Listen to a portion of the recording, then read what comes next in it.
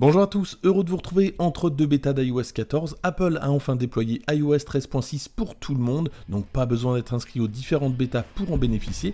On va voir dans cette vidéo les quelques nouveautés de cette nouvelle version. Pour les personnes qui me suivent, pas de grosses révélations dans cette vidéo puisqu'on a déjà abordé les différentes bêtas d'iOS 13.6 précédemment. Pour les autres, n'hésitez pas à vous abonner si cela vous plaît.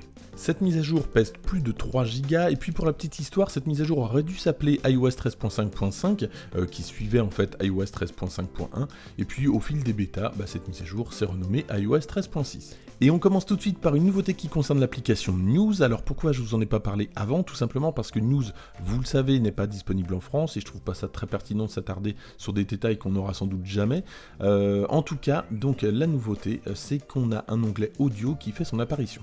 On va regarder à quoi ça ressemble, mais évidemment en France on ne peut pas lancer les extraits sonores, mais c'est plutôt pratique. Donc voilà à quoi ressemble, c'est un texte lu, ça ressemble à du podcast en fait, et c'est vrai que ça peut être pratique pour les utilisateurs de ce service. La deuxième nouveauté, ça concerne les mises à jour, et cette fois-ci ça concerne évidemment tout le monde. Alors pour ça, on va dans les réglages, on va dans mise à jour, et on va trouver deux options maintenant. La première, la possibilité d'installer directement la mise à jour qu'on a téléchargée, et la seconde, de télécharger ou non. Donc on peut très bien télécharger une mise à jour sans l'installer et ça c'est pratique. Troisième nouveauté, ça concerne l'application santé et dans l'onglet de droite, on va avoir une nouvelle fonctionnalité, ça s'appelle les symptômes. On va pouvoir indiquer directement les symptômes. Donc on cherche symptômes, juste ici, voilà. Et regardez, j'ai toute une liste de symptômes que je vais pouvoir incrémenter dans ma base. Le principe est très simple, on a un symptôme, par exemple de la fièvre, et on va indiquer à l'iPhone qu'on a de la fièvre, à telle date, et avec quelle intensité.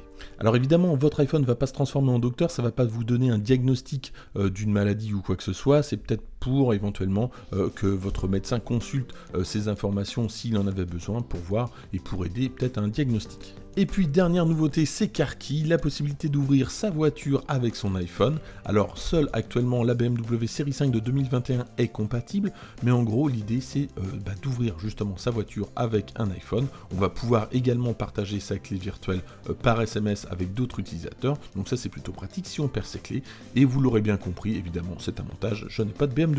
Concernant les correctifs, alors Apple parle d'un problème lié au VPN. Alors pas le problème qu'on connaissait il y a quelques temps, notamment avec des problèmes de sécurité, tous les paquets n'étaient pas cryptés. Il semblerait que ce problème ne soit toujours pas réglé. Là, Apple parle apparemment de problèmes de droits donnés par les administrateurs, notamment pour accéder à certains sites. Autre problème, ça concerne la batterie, et là vous avez été nombreux à me faire des remarques concernant la batterie depuis iOS 13.5.1, une grosse perte d'autonomie de batterie. Alors si c'est le cas, n'hésitez pas à faire cette mise à jour iOS 13.6 qui apparemment semble corriger le problème. Moi j'ai plus de problème de batterie avec mes téléphones depuis iOS 13.6 alors que j'en avais depuis iOS 13.5.1.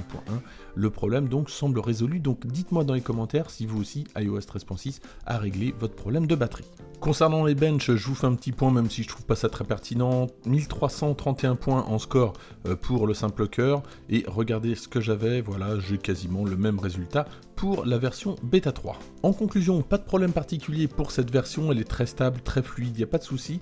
Il y a toujours par contre le même bug avec Siri qui annonce les rendez-vous en annonçant PM ou AM au lieu de dire 17h par exemple. Et puis il y a toujours le contrôle vocal qui n'est toujours pas disponible en français. Voilà donc pour cette vidéo, merci de l'avoir suivi, n'hésitez pas à la liker, à la partager, à vous abonner si ce n'est pas déjà fait. Moi je vous dis à très bientôt pour d'autres vidéos sur iOS et pas que.